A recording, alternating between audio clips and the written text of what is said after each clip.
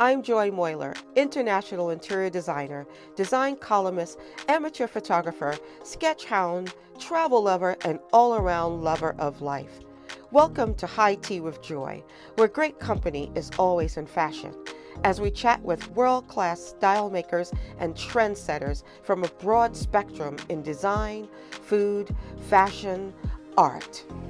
Some you will know, others will be new introductions. So grab a cozy elixir and join us as we brew it, pour it, spill it.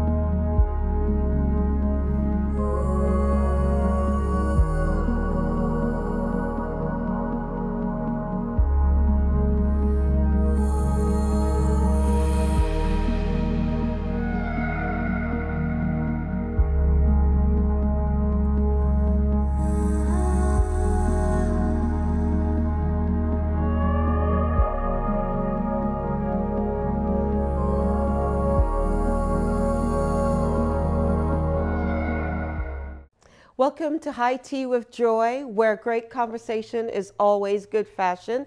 We are here today with my dear friend, Greg Tuck of Greg Tuck Architecture, and he is going to share some wonderful tidbits about what he's been working on from his days at Ralph Lauren, where we first met, up until this wonderful home that we're in today, aptly named Vineyard House. And we're just going to kind of get into it and spill some tea on all good things architecture and Greg. Welcome, Greg. Thank you for joining us today. Thank you for having me. Roscoe. Yes, this is our good friend Roscoe. He's the mascot of the house. Keeps us protected and the deer At bay. At bay. Yeah. Great. So, Greg, I still remain blessed to know you and to have you in my life and call you a Likewise. dear friend. So tell us about what you've been doing and what's your trajectory into architecture and sort of creating these beautiful environments that we're lucky to be in today. Well, as you mentioned in the end when we started, you and I met at Ralph back in the prehistoric times. Yes, I was going to say. It was a real long time ago. Yeah, and so we were there together for a really long time. We were both doing the architecture. I was in charge of most of the international stores there for a long time, kind of a co-member of RL University, as they say. Mm-hmm. And then I started moving on into doing my own projects. We established Gregory Tuck Architecture in 2014, I think, something like that. So around 10 years ago. It doesn't seem that long. And we've been doing a kind of a mixture of sort of these larger luxury residential projects. So multi-unit, a lot in Europe, Australia, some here in the US. And then some smaller scale projects, historic renovations, which I really love, and some country houses and that kind of thing, which brings us to this project, which we really finished up literally like under a month ago. And it's kind of been a passion project of ours for some time. We decided when we first started to the firm that we were going to try and do 50% our own work, sort of as developer architects, and 50% client work. And it didn't really work out that way. I'd say probably we were blessed in the fact that our client work has kept us incredibly busy for these last 10 years. But still really wanted to do our own project, a ground up, self-financed development project, to be our own client, to be our own developer. And so this is the result of that effort, which has taken us quite a few years to get finished. It's a beautiful project. It makes me feel as though I've arrived in a villa, a country villa in Europe somewhere. The scale of the home, the brightness of the home, the many rooms, the sort of progression of spaces just feels so great within Thank you. this beautiful property, which of course too has a beautiful pool house outside of the window and a pool, and it's gorgeous. Thank you. Another illustrious project by GTA. Thank you so much. So we've been doing this for a while. We wanted to do this project, Vineyard House, for a while. It had been a long time in planning. We already knew what it looked like before it was built. That was a big thing. That actually helped project us forward into the project because the challenges were many. What do you think has been the most challenging part to overcome in the 10 years of being with GTA and having your own business as an entrepreneur? Well, I think that, I got into architecture. I wanted to be an architect since I was 5 years old, and I just have this passion for drawing and buildings and everything else. And so that's what really kind of drives me, what inspires me. When you're a business owner and when you're an entrepreneur in the design space, that love, that passion, sometimes has to take a back seat to just running a business. Mm-hmm. Our biggest challenge was project funding. Our second biggest challenge was getting the products that we needed in the time that we needed them. They did come from all over the world and all over the country. This vision of the house had already been made a long time ago, so it had to be, Greg had a very specific vision for the project, so we scoured, the US, the internet, the world, family and friends for all the pieces that put this house together. So what are you working on now that's your biggest inspiration? Well, we're working on a quite a large residential building in Europe. It's around 24 units, but each one is around 3,000 to 4,000 square feet, and we have 3 penthouses, which are sort of in the 7,000 to 10,000 square foot each.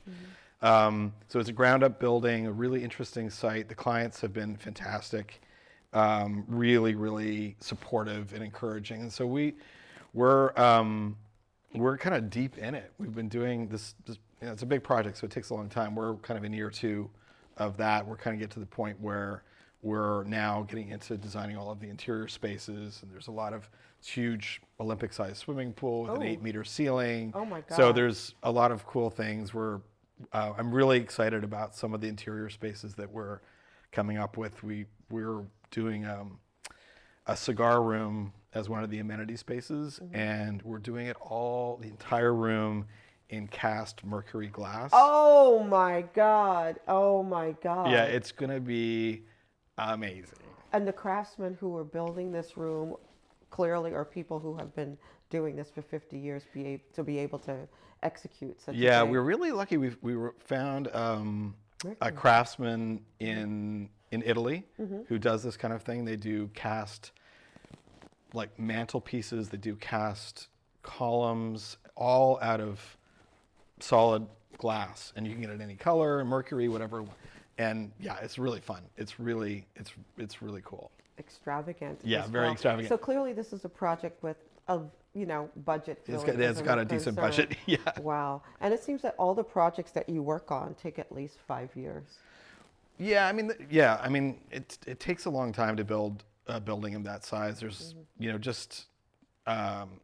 just even general construction. I mean, you see buildings going up in the city, and even these sort of glass towers that are kind of cookie cutter still take, once they have the shovels in the ground, it's still 2 years. And to get the shovel in the ground, that's at least 2 years. 2 years prior, yeah. So you're really minimum 4 years. I think 5 years is probably more average. What's your dream project, or have you done it already? Well, we've been invited to look at a project out on the North Fork of Long Island. It's a place which is really dear to my heart, which is actually where we are right now. and it's developing a community of new houses, kind of at this scale and this level. And that to me is really exciting because I love the idea of not just doing a beautiful house in a beautiful landscape, but also this idea of kind of creating a community a little bit from scratch. And so, trying to figure out like, what are the master planning aspects that we should be considering? What are the landscaping aspects we should consider? What's the adjacency of the different houses for privacy? And so there's a lot of, it's a lot of new challenges, which are really, really exciting. We don't have how does it affect the town as well and movement through it? And well, it would be on land outside of the town centers out here. So it's on kind of vacant, residentially zoned vacant land. We don't have the job yet, so I'm just crossing my fingers because it'd be really fun. That's hilarious to me because I can't recall the last time you actually had to go out and get a project. These wonderful projects always come to you. Yeah, we've been super fortunate. They must not know about you. Anyway. Yeah, we've been really fortunate. I have to say, like, really, really lucky. And you travel quite a bit. What's the most divine travel experience you've ever had? I was thinking about that. And the most exotic. Oh, well, I do tend to like places where I'm not going to see a lot of tourists, which these days is really tough. I remember once you went to Kazakhstan for 2 weeks with a knapsack the size of my purse. Well, I actually was in Uzbekistan a month ago, and it was coming from a work trip in Dubai, and so I had all of the linen shorts and espadrilles that you would ever want, and it snowed for 3 days. Oh my God. So I was not well equipped for Uzbekistan, but it was super fun. But in terms of, really sort of one of the dearest, most resonant travel experiences I had, my partner and I, Stefan, went to Senegal a few years ago, really with the intention of going to this music festival that had been started by Youssine N'Dour, who's a very famous musician from Senegal, and I don't know if it's still happening, unfortunately, but it may be, called Festival du Sahel, which is, of course, the region of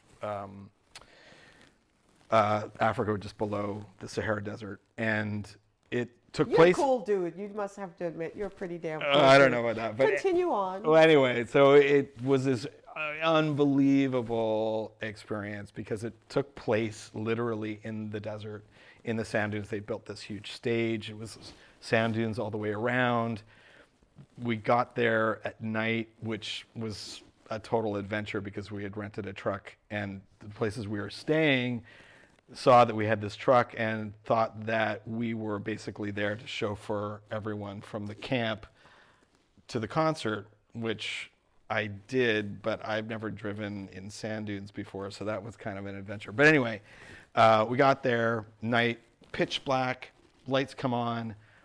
These amazing drummers come over the sand dunes and from 2 different directions, just this, and you could hear it before you could see them. And anyway, it was just amazing. It was just amazing, and to experience music that I don't think probably we would have ever had the opportunity to listen to. There was Mauritanian musicians, there was Malian musicians, a lot of people from Senegal and West Africa. It was really special. Crazy.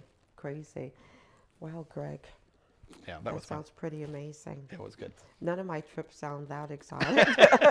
And I certainly don't go anywhere with this usually knapsack. I get a lot of dirty looks from my traveling partners until I prove it's going to be fun, I promise you. Really, it's going to be fun. We're going to be a bit dirty, but that's fine. The desert. It's going to be great. You won't be able to wash your hair for 3 days. Yeah, no, forget about it. You might not have a toilet, but that's okay. Oh, no. No. So would you rather be in a 5-star hotel or on a 1-star camping trip?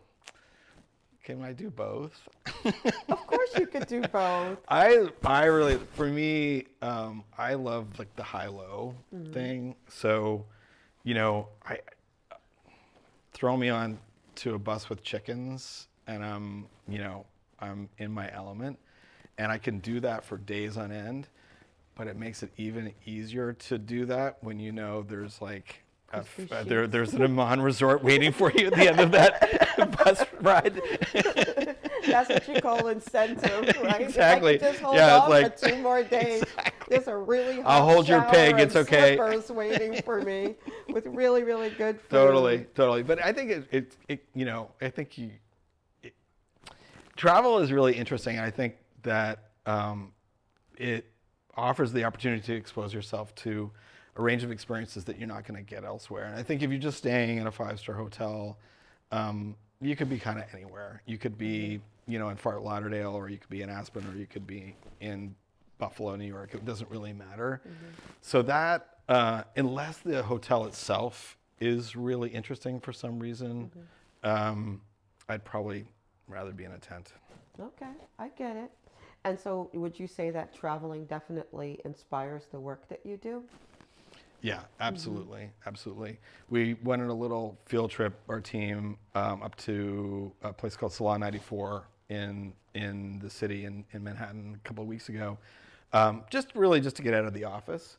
And we wound up at the Carlisle Hotel in the bar, of course, as you do. Yes, you do. And little Bobby Short action. yeah, we're like just having a little, aperitif afterwards, and looking around the bar, and the whole entire, it was really dark, but it was the entire wall was all muraled in these, the artists who did the Madeleine series. Yep. And it just so happened that we had been talking about another amenity space for the building that we're working on that's for the children's room. And I looked around, I'm like, let's get an artist that does children's books to hand paint the entire, all the way. So that's the kind of thing. Like if you're in the office all the time, you don't get that. Right. So you need that, I think, you need to go out Get out and and see. mentally stretch. Yep. We never would have come up with that idea if we hadn't It's true. been drinking It's at the true. Carlisle Hotel. That's right. You need to go Yeah, drinking. you just at need to these go yeah. Great hotel bars and Exactly. such more frequently and get Exactly. inspired. Yeah. What do you think is absolutely mandatory for entertaining at home? Good friends.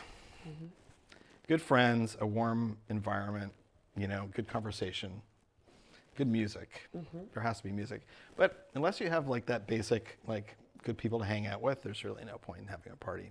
The night ends very young. Very young. Very young. Yeah. Everyone's hit the road. And this is a question I always ask because it's very interesting to me. If you were having a dinner party, living or dead, who would your guest be? That's, it's one of those questions. I feel like if you ask me the same time tomorrow, I'll have a completely different set of people. There's so many interesting people. And this is going to sound like the worst cliche in the world, but we had dinner with some new friends a couple of days ago, and he works with Michelle Obama.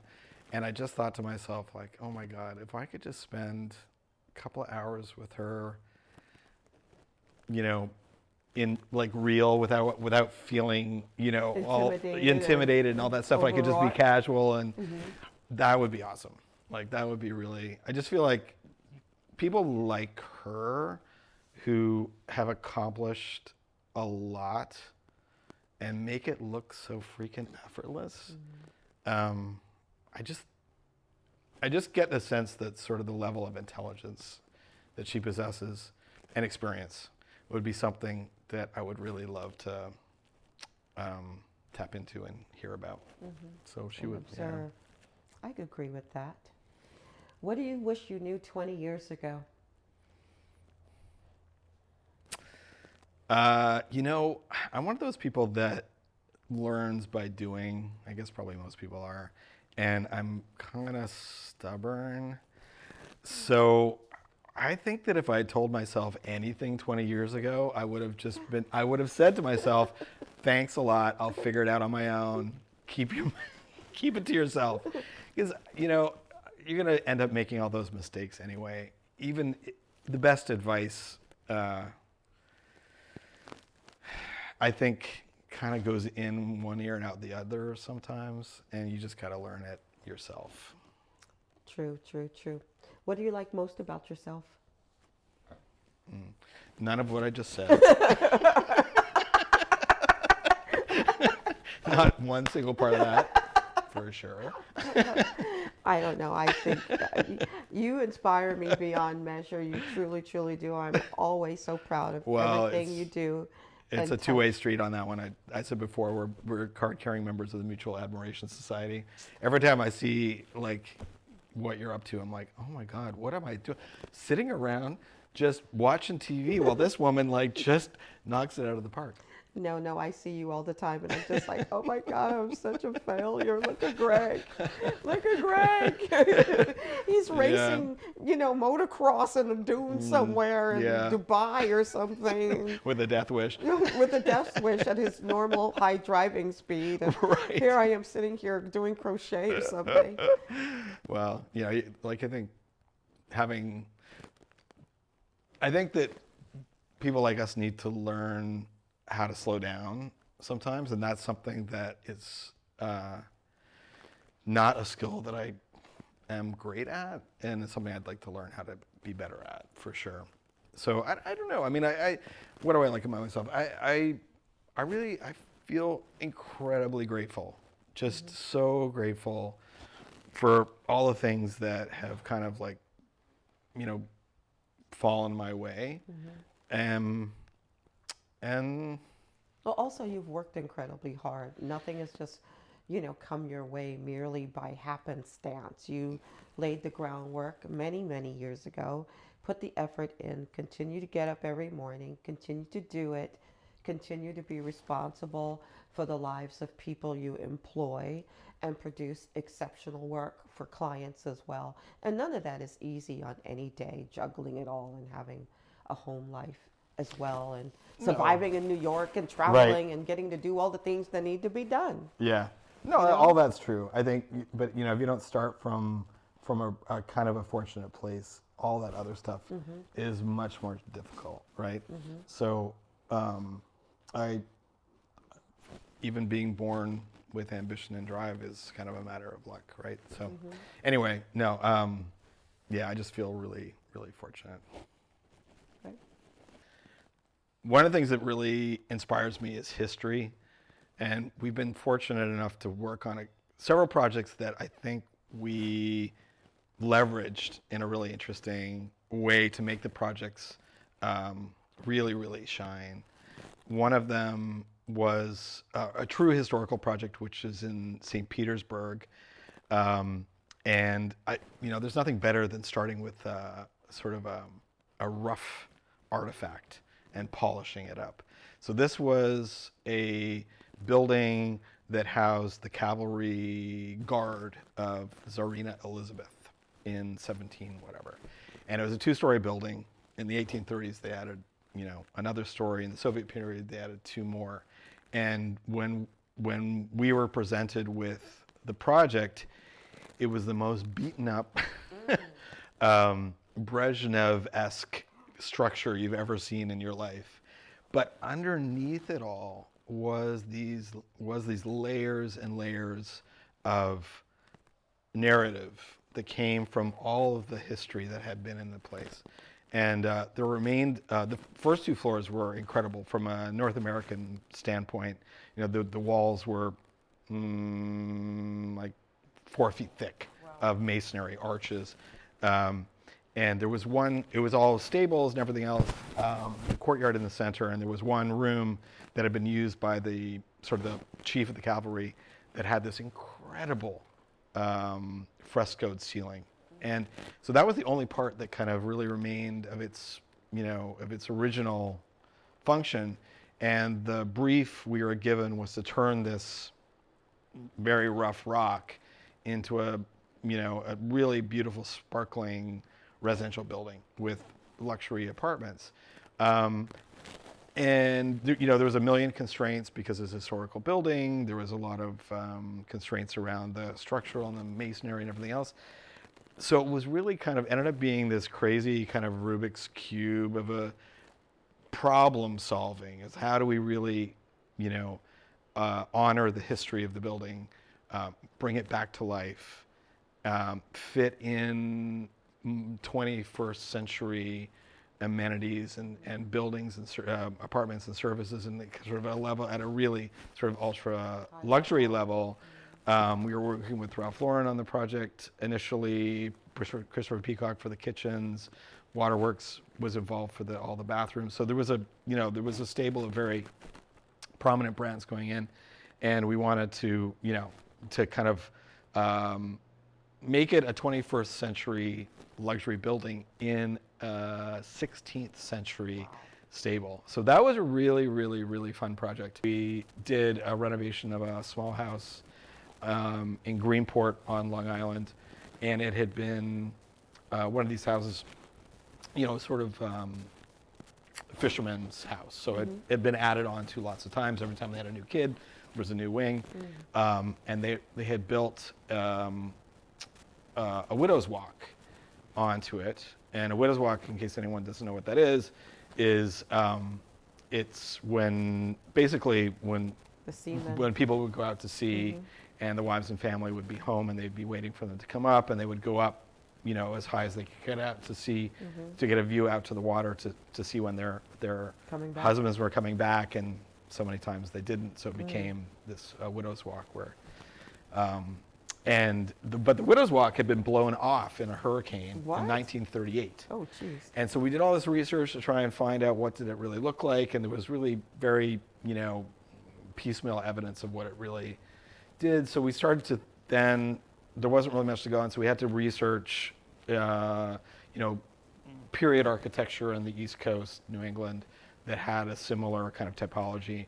We came up with something that we thought was maybe not exactly what was there, but historically appropriate.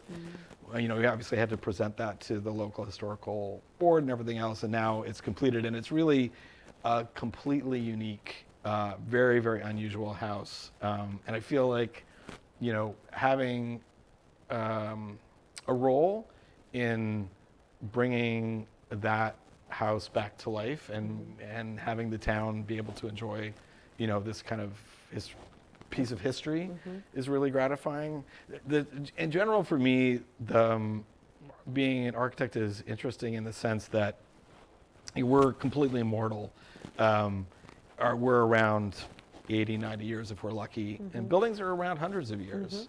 And so we're either designing them from scratch in the hopes that someone in the future will get to enjoy it, or it'll get used for something else. Or we find a building that's been enjoyed for generations, and we have an opportunity to give it a new life, to let it live for another 100 years. And the last project I wanted to mention was the one we did, which is a new build, but it's in Southern Europe and on the coast.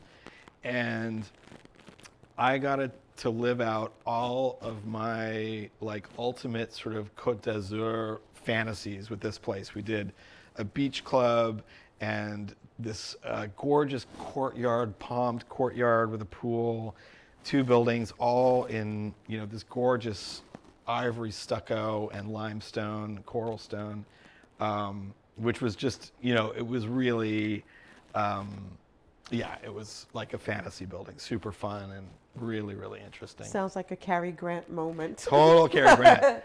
You can only pull up to that in, a 1963 Mercedes. Yeah. I'm sorry, that's the only thing you're allowed. Wow, sounds great. Yeah. Sounds great. You continue to make the world a much more beautiful place. It's not worth a lot, but it's worth something. It's not. I like that. I like it a lot. Well, thank you for spilling the tea with us, Greg. I so appreciate you and your time. My all pleasure. that you do to make the world a more beautiful place. It is absolutely my pleasure, and it's been so much fun talking with you. You bring out all of my creative juices. I'm ready for my drink now. Oh, I'm okay. ready for my drink. I'm going to get my stirrer.